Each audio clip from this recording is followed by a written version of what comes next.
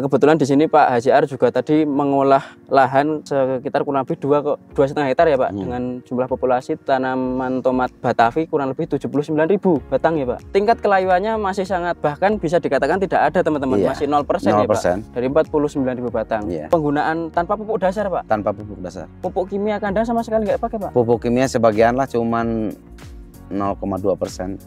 Itu kenapa Pak, kalau boleh tahu alasannya Pak? Saya mengandalkan main di Asam Muhammad dan sejenis nutrisi yang bisa membangkitkan lagi tanah yang kemungkinan dari dulu ya 15 tahun ke. Assalamualaikum warahmatullahi wabarakatuh. Salam sehat, salam sejahtera untuk kita semua. Gimana kabarnya nih sahabat MMT Indonesia dimanapun kalian berada? Semoga sehat selalu dan semoga dilancarkan segala urusan. Amin ya rabbal alamin. Kembali lagi bersama saya Mas Coy di channel YouTube sahabat MMT Indonesia. Nah teman-teman, seperti yang teman-teman lihat, kali ini kita akan belajar tentang tanaman tomat. Seperti yang teman-teman lihat di samping kanan kiri saya ini merupakan tanaman tomat yang luar biasa. Mungkin dari segi pertumbuhannya sangat, untuk vigor tanaman sangat tinggi, dan juga untuk buah sangat lebat sekali. Nah menariknya, lahan yang digunakan untuk proses tanam tomat ini 9 kali tanpa melalui proses olah lahan. Nah, jadi bisa dikatakan selama 9 kali janda. Lebih menariknya lagi, dengan luasan 2,5 hektar ini, beliau mengolah lahan ini selama kurang lebih 7 tahun. Dan saat ini alhamdulillah untuk harga tomat seperti saya sudah katakan tadi, infonya sekitar 10.000 per kilo. Nah, mungkin bisa teman-teman bayangkan untuk luasan 2,5 hektar dikali 10.000 itu berapa? Mungkin sangat banyak sekali. Nah, ingin tahu bagaimana kiat suksesnya seperti apa? Langsung saja kita masuk ke sesi wawancara.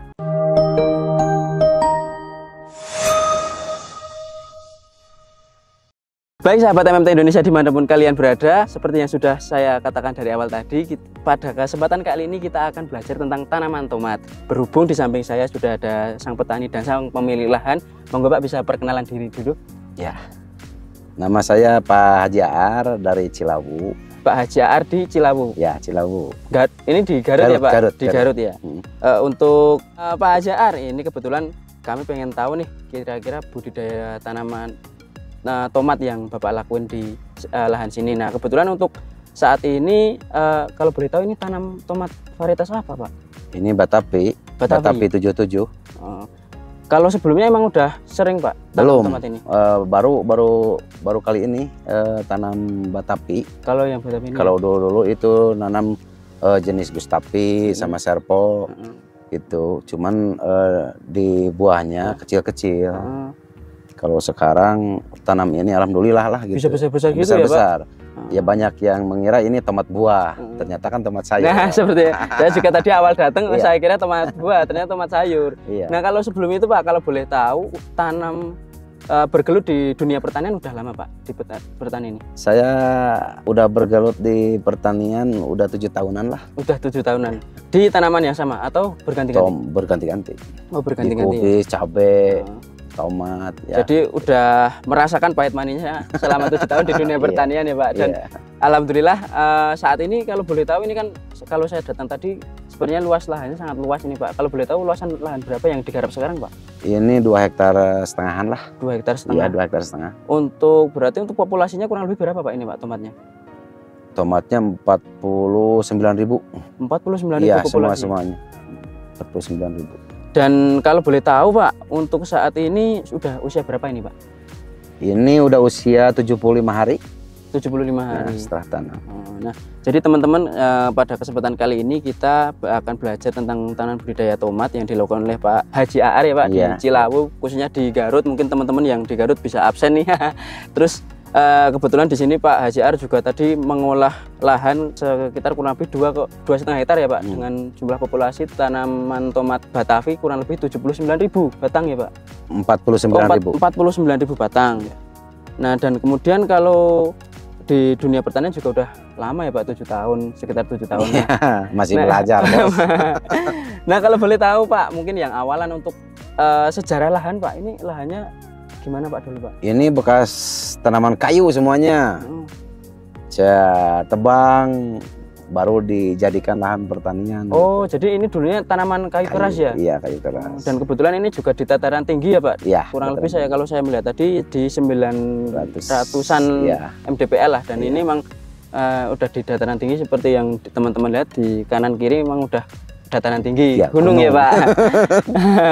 Kalau boleh tahu Pak, ini jarak tanam berapa Pak yang dilakukan sekarang Pak? Ini jarak tanamnya sekitar 80 ke 60.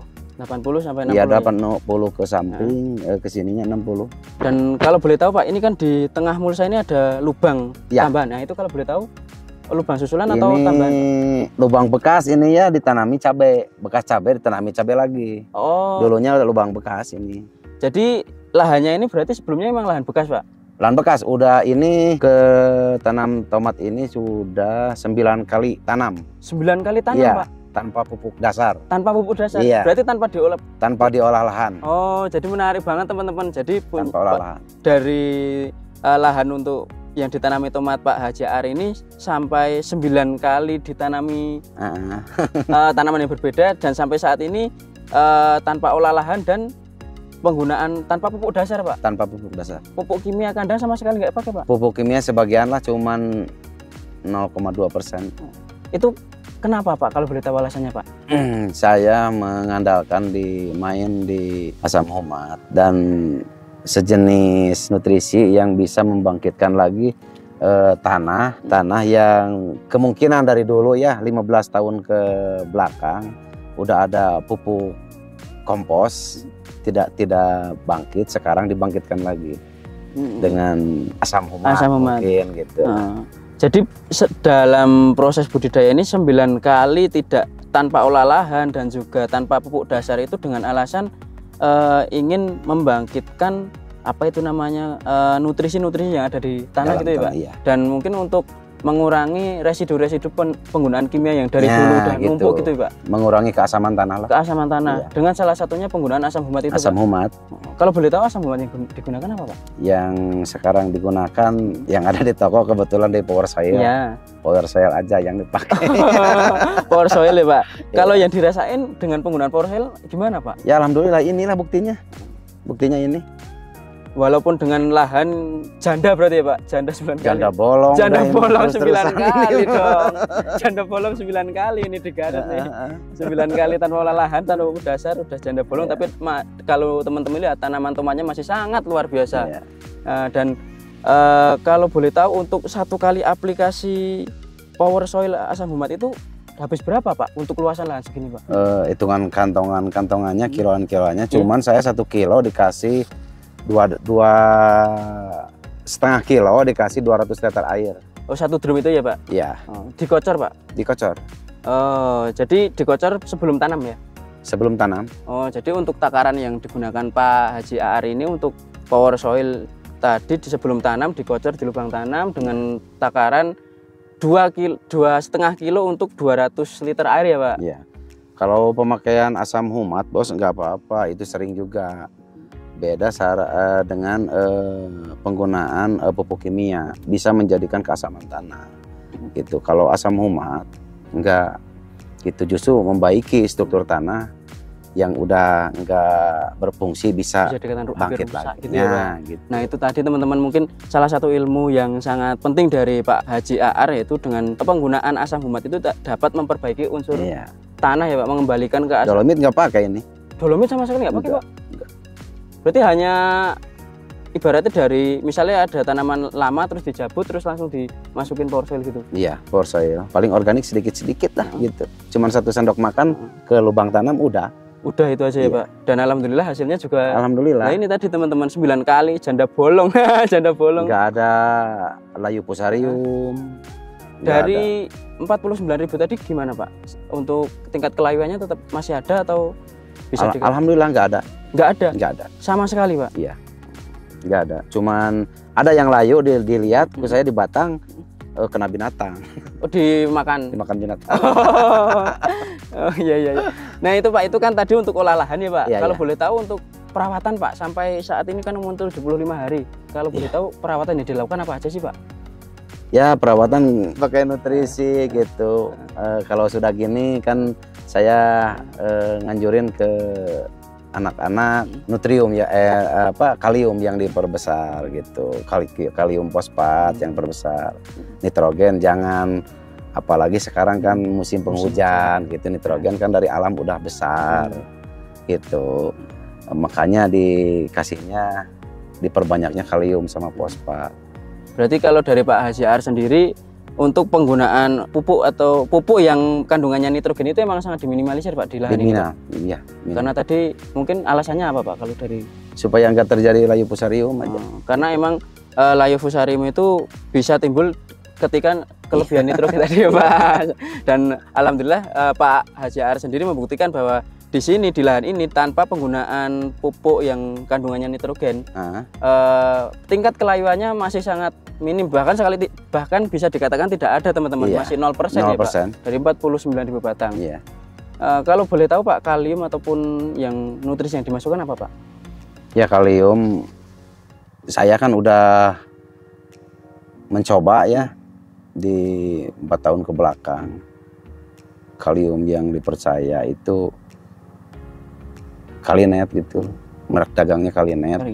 Itu alhamdulillah itu bisa membangkitkan sama bunga-bunga gitu, buah cepat besar gitu, bunga nggak rontok gitu. Sebelumnya memang berarti pernah adakah perbandingan yang Bapak Aan rasakan Pak sebelum menggunakan Kalinet dan setelah penggunaan Kalinet itu Pak? Wah jauh bos. Jauh ya Pak? Jauh. Jauh. Dulu kan belum ada pengalaman bunga-bunga gini kan suka rontok, gimana rontok, apa ini penyebabnya gitu. Maklum di kampung nggak tahu apa-apa. Ya mungkin kekurangan fungisida gitu. Bahkan udah mitnah sama serangga ini karena sama ulat. Ternyata kan bukan. Oh ini kekurangan unsur hara di kalium gitu. Oh sekarang. Sebelumnya berarti belum ibaratnya belum tahu ya Pak, masih coba-coba malah yang gitu. Dikambing hitamkan si serangga sama fungi, padahal itu kekurangan kalium ya Pak. Berarti harus kalau mungkin untuk petani itu emang harus jeli ya Pak, untuk melihat kebutuhan tanaman ya Pak. Kebutuhan tanaman yang dibutuhkan apa, yang baru yang dimasukkan apa gitu ya Pak. Dan tadi Pak Aan tadi juga udah mengatakan bahwa sebelumnya tanpa penggunaan Kalinet dan setelah penggunaan Kalinet itu hasilnya sangat ada signifikan ya Pak, baik dari bobot dan juga bunganya cepat nyantel. Dan kalau teman-teman lihat di sini untuk tomatnya, buah tomat Pak Aan ini sangat besar-besar ya Pak ini Pak, untuk ukuran tomat itu tadi. Ini varietas gede. Dan kalau teman-teman lihat juga bunganya itu sangat banyak sekali ya Pak, tanpa kerontokan ya Pak. Tanpa, alhamdulillah. Kalau untuk serangan hama Pak mungkin Pak, kalau untuk Phytophthora gimana Pak? Ya ini mah paling itu aja. Tetap ada ya Pak paling? Tetap ada tapi mungkin masih bisa terkendalikan Pak? Cuman akibat dari minimnya nitrogen, mungkin kemungkinan Phytophthora itu nggak ada. Itu. Jadi mungkin alasan tambahan peminimaliseran nitrogen itu untuk meminimalisir tadi ya Pak. Phytophthora tadi juga bisa ditekan ya Pak. Iya. Mungkin kebanyakan unsur di nitrogen yang menjadikan bisa busuk seperti gini ya. Gitu. Ini kan tanaman udah tua, mungkin lah udah kering juga nggak apa-apa. Tapi kesini kan bagus. Itu. Kalau dari ini Pak mungkin dari serangan hama tungau gitu gimana Pak? Atau trip itu masih aman atau? Udah alhamdulillah aman bos. Kalau misalnya ini kan kalau dilihat kan mungkin untuk rumputnya emang agak tebal ya Pak ini Pak? Iya tebal. Ini sengaja. Oh kenapa Pak? Sengaja ini. Kan kemarin musim kemarau, jadi untuk mengurangi kekeringan, gitu. Kekeringan tuh nggak terlalu ke sini, jadi ada terhalang ini. Oh, jadi mungkin kalau musim hujan ini habis bersih mungkin ya Pak. Jadi mungkin ini gulma ini ada alasannya nggak dibersihin Pak, karena gitu. Tadi untuk bisa mengurangi dampak dari kekeringan tadi ya Pak. Gitu. Jadi untuk memperbaik, mungkin untuk membantu melembabkan di tanah gitu ya Pak, biar nggak kering semua gitu ya Pak.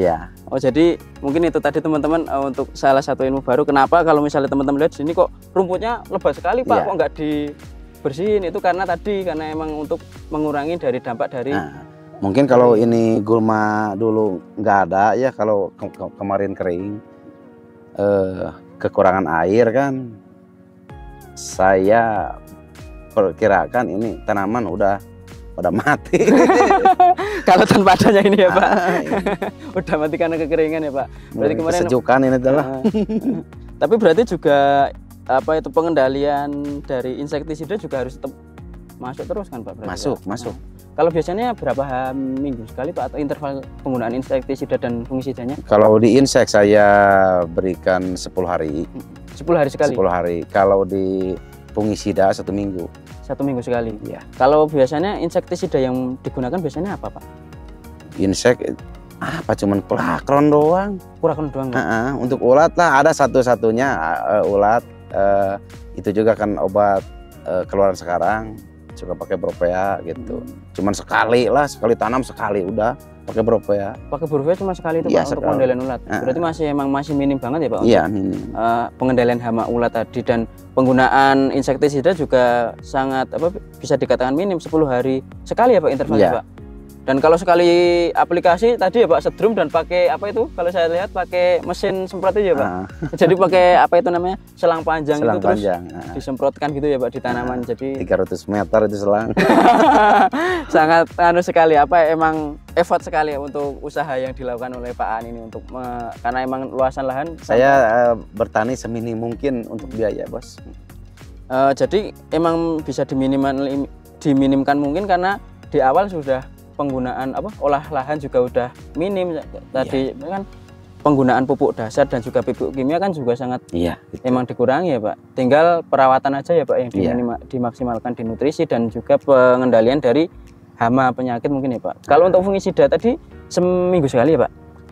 Seminggu sekali. Kalau boleh tahu yang biasanya dimasukkan sampai saat ini apa Pak? Sampai umur 75 ST ini Pak? Sekarang mau dimasukkan paling Victory, Besromil gitu lah. Dari bahan propinetnya kalau musim kemarau berpropinet pakai ya antrakol gitu. Kalau sekarang paling di itunya klorotronil yang bahan aktifnya gitu. Kalau untuk sampai saat ini Pak, selama tanam tomat yang ini khususnya sampai 75 HST ini, adakah mengalami kendala yang cukup sulit Pak mungkin Pak? Enggak Bos. Enggak. Berarti emang masih lancar-lancar aja ya Pak? Bahkan saya kebanyakannya bukan di kebun, banyakannya main daripada di kebun. Saking anunya Pak, saking tidak ada kendala. Apa kendalanya sih? Kemarin kan cuman di musim kemarau, ya kekeringan aja. Kekeringan gak nyiram. Saya pakai kocoran aja sama asam humat, nggak disiram. Berarti punya power soil tadi Pak? Power soil dikasih power soil setangkal 200 mili lah. Jadi satu lubang ini 250 mili Pak? 250 mili. Itu pas mungkin kemarin, jadi teman-teman untuk sampai umur 75 ST ini untuk tanaman Pak Haji Aan sendiri, alhamdulillah belum mengalami kendala yang sulit untuk dihadapi ya Pak. Mungkin kemarin sempat kekeringan, tapi bisa ditanggulangi dengan tadi salah satunya pengocoran asam humat power soil tadi ya Pak. Masih bisa dikendalikan lah ya. Dan untuk pesan-kesan Pak ke teman-teman petani semua Pak ini Pak. Iya. Mungkin untuk sahabat tani harus bisa mengirit biaya lah tani itu, jangan royal.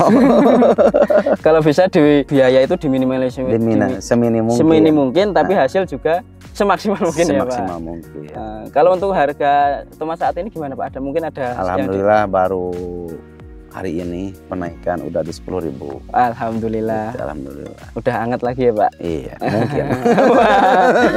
Ya mungkin itu dulu Pak yang bisa kami tanyakan. Mungkin terima kasih Pak untuk ilmu-ilmu yang dibagikan ke teman-teman. Semoga besok untuk ilmu yang dibagikan ke teman-teman tadi sangat bisa bermanfaat bagi teman-teman semua dan juga untuk bisa menjadi amal jariah buat Pak Haji Aan sendiri dan juga besok untuk proses tanam budidaya di tanaman tomatnya ataupun di segala tanaman bisa lancar dan bisa maksimal Pak. Mungkin itu dulu Pak. Terima kasih Pak. Siap. Mungkin itu dulu teman-teman sahabat MMT Indonesia yang bisa kami sampaikan dari Pak Haji Aan khususnya di tanaman tomat di Garut ya Pak, Cilawu Garut. Mungkin akan saya review sedikit. Jadi Pak Haji Aar ini di daerah Cilawu Garut sudah kurang lebih 7 tahun di dunia pertanian dan saat ini tanaman tomat Batavi ya Pak, Batavi dengan usia saat ini 75 ST dengan jumlah populasi kurang lebih 49.000 batang dan uniknya di sini tanpa pengolahan lahan sampai 9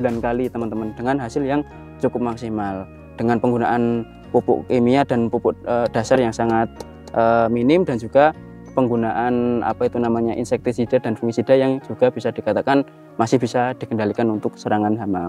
Mungkin itu tadi teman-teman, semoga video tadi bermanfaat dan Kalau bermanfaat jangan lupa like, komen, dan subscribe YouTube Sahabat MMT Indonesia untuk tidak ketinggalan informasi dari kami. Sekian dari kami. Wassalamualaikum warahmatullahi wabarakatuh. Terima kasih.